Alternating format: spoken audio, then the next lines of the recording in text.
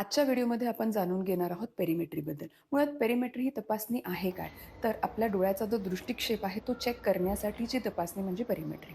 पेरिमेट्रीमध्ये आपल्याला अर्थात डोळ्याचा चेकअप करताना ही तर गोष्ट माहीत असणार आहे, की डॉक्टर्स किंवा आय स्पेशालिस्ट जेव्हा तुमचा चेकअप करतात, तेव्हा डोळ्याची सेंट्रल व्हिजन किंवा मध्यभागी असलेली जी नजर आहे ती नेहमी चेक केली जाते आणि त्यानुसार तुम्हाला चष्मा दिला जातो.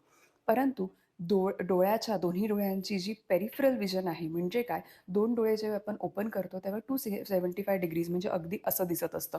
सो ही नजर ज्यावेळी कमी होते, त्यावेळी पेशंटला बऱ्याच वेळा लवकर लक्षात येत नाही आणि हे प्रामुख्याने होतं काचबिंदूमध्ये किंवा ग्लॉकोमामध्ये. काचबिंदूमध्ये आपली डोळ्याची जी ऑप्टिक नर्व्ह आहे ती हळू सुकत जाते आणि त्यामुळे पेरिफरल फील्ड ऑफ व्हिजन हे बऱ्याच वेळा सुरुवातीला पेशंटचं जातं आणि अगदी एंड स्टेज डिसीज ज्यावेळी असते, तर डोळ्याच्या समोर 2 पाईप लावल्यानंतर जेवढी दृष्टी राहते, तेवढीच या पेशंटची शेवटची दृष्टी राहते. आणि म्हणूनच ग्लॉकोमा किंवा काचबिंदू या तपासणीसाठी वार्षिक तपासणीमध्ये पेरिमेट्री या तपासणीचा चेकअप करून घेणं हे प्रचंड महत्त्वाचं आहे. काचबिंदू असणाऱ्या पेशंट्स आणि त्यांच्या नातेवाईकांनी सुद्धा ही तपासणी वार्षिक करून घेणं महत्त्वाचं आहे.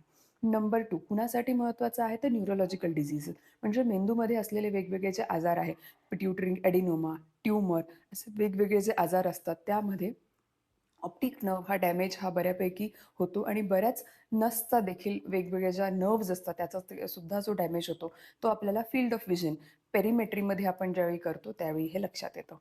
नंबर 3 अर्थात हे आपल्या भारतामध्ये बंधनकारक नाहीये, पण यूएस आणि भारताच्या बाहेरील बऱ्याचशा देशांमध्ये पेरिमेट्री ही तपासणी ड्रायव्हिंग लायसन्स घेण्यासाठी महत्त्वाचं आहे. अर्थात मला वाटतं जरी आपल्याकडे मॅन्डेटरी नसेल, तरी पण आपण आपली पेरिमेट्री ही तपासणी करून घेणं अर्थात महत्त्वाचं आहे. सो हे झाले पेरिमेट्रीचे उपयोग. आता आपण बघूयात की पेरिमेट्री मुळात करण्यात कशी येते.